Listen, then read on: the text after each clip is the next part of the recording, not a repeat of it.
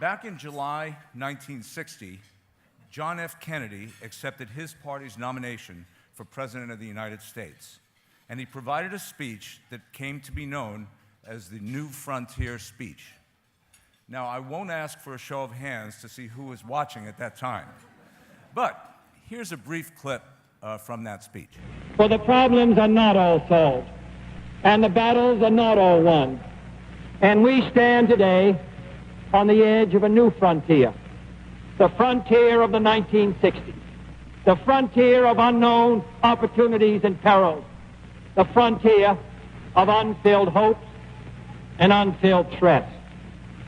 Woodrow Wilson's New Freedom promised our nation a new political and economic framework. Franklin Roosevelt's New Deal promised security and succor to those in need. But the new frontier of which I speak is not a set of promises. It is a set of challenges. It sums up not what I intend to offer to the American people, but what I intend to ask of them. A lot has changed since the then future president made his remarks that set the stage for his all too brief presidency and set our country off in new directions. And yet so much of what he said resonates with us today. Kennedy spoke of the challenges faced by an America that was largely reaping the benefits of its tremendous success in the industrial age. He spoke of the need to address human rights, of poverty and prejudice as our country continued its movement toward urbanization.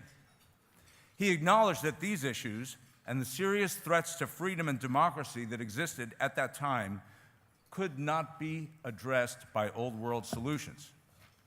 Instead, Kennedy said that the challenges of the 1960s would require new imagination, bold thinking, courage, and leadership. He offered that the new frontier would not be a set of promises, but rather of challenges. And he said that these challenges would require collective action without regard to race or age or gender, ethnicity, political affiliation, or income. And finally, he asked, and now I quote, if we, as a country, would have the nerve and the will to carry through in an age where we will witness not only breakthroughs in weapons of mass destruction, but also a race for the mastery of the sky and the rain, the oceans and the tides, the far side of space, and the inside of men's minds. In 2015's America, and especially here in the Bay Area, we have much to celebrate and to be thankful for. We're the creators, the leaders of the digital age. We are the birthplace of biotechnology. We have led critical social and environmental movements. In so many ways, America has demonstrated that we are indeed the land of opportunity, and I would argue that our region, the Bay Area, reflects the greatest achievement of that lofty vision. But just as the 1960s presented great challenges, so does our time. And with the pace of new technology and the disruptions taking place in business and in everyday life, it's virtually impossible to even know what tomorrow's challenges may look like. Today's Outlook Conference is an attempt to consider our new frontier here in the Bay Area, to look deeply into some of the most important challenges we face today and pose some new approaches. For example, how will we address the growing need for talent in a digitized and globalized world and meet the needs and expectations of a rapidly changing workforce?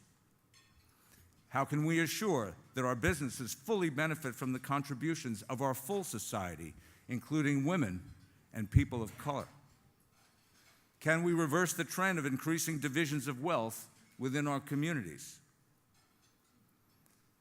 Can we provide enough housing to meet the demands of a growing economy and population for families at all levels of income, so that people who want to come here and work here can do so, but without displacing the people who are already here? Now that we know how critical the earliest years of life are to the development of the human brain, what can we do to assure that children, all children, no matter what their family circumstance, have the same opportunity to thrive in school and in life? How can we make sure that our commitment to lead on reducing greenhouse gases actually pays off in leadership of the green economy, with real jobs and new opportunities for communities still struggling with high unemployment? Will we find our way back toward investing in our common infrastructure? And can we innovate new ways to address traffic congestion, please, drought, or the threat, serious threat, of a crippling cyber attack? And finally, can we get beyond parochialism and begin acting as one Bay Area region to address challenges that are beyond the scope of any one city, even this one? As he concluded his speech, John Kennedy spoke of the choices our country must make between greatness and decline, between progress and normalcy, and between dedication and mediocrity. 3 generations later, we find ourselves facing largely these same choices. I truly hope today's conference helps put them into current context and offer solutions that point us down the path toward our new frontier. Now, when I look out at this room and the incredible number of good friends here today, I know we have the power to tackle our challenges.